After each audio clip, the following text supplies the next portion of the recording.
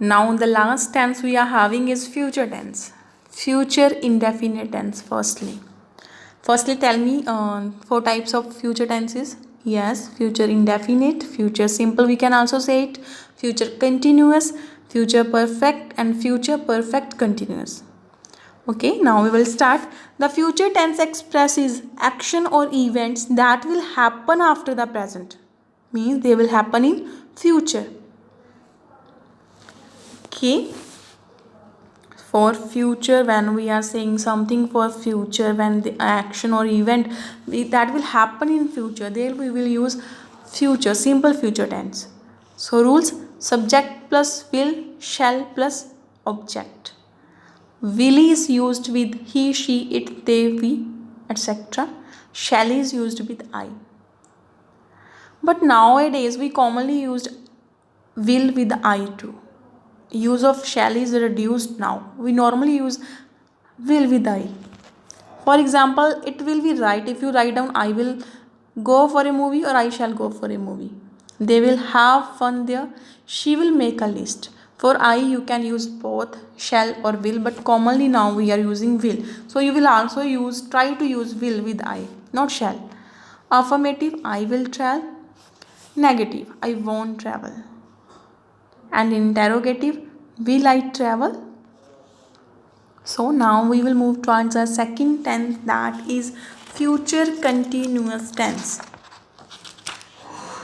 The future continuous is used when we talk about an action or an event going on at a particular time or over a particular period in the future.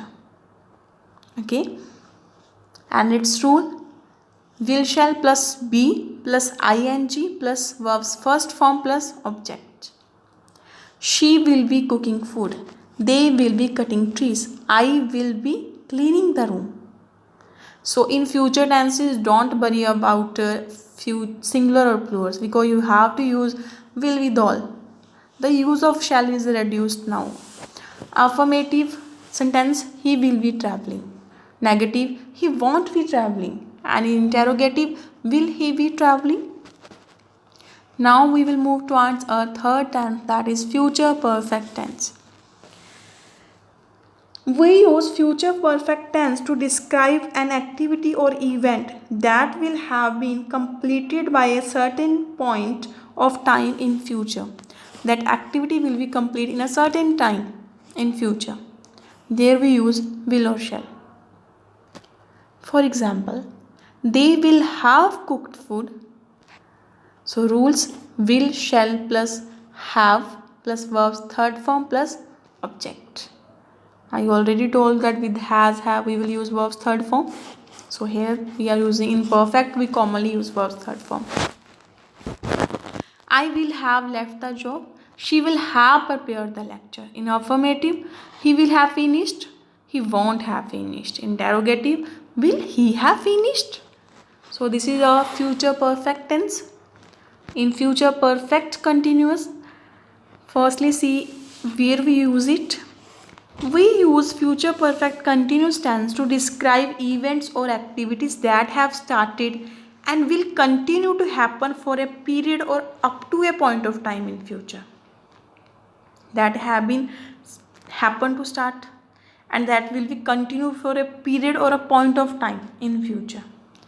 Rules: subject plus will have been, shall have been we can say, or we can't say because we never use that, plus verbs first form plus ing plus object. For example, it will have been raining since morning. We will have been playing for 3 years. They will have been working for since 2001. In affirmative, he will have been finishing. Negative, he won't have been finishing. Interrogative, will he have been finishing? Now your whole tenses are completed by in this class, so I hope all the tenses are clear with you: present tense, past tense, future tense, and their subtypes, and again their subcategories. So I hope you will do the exercise part very well. Thanks and have a great day to all of you.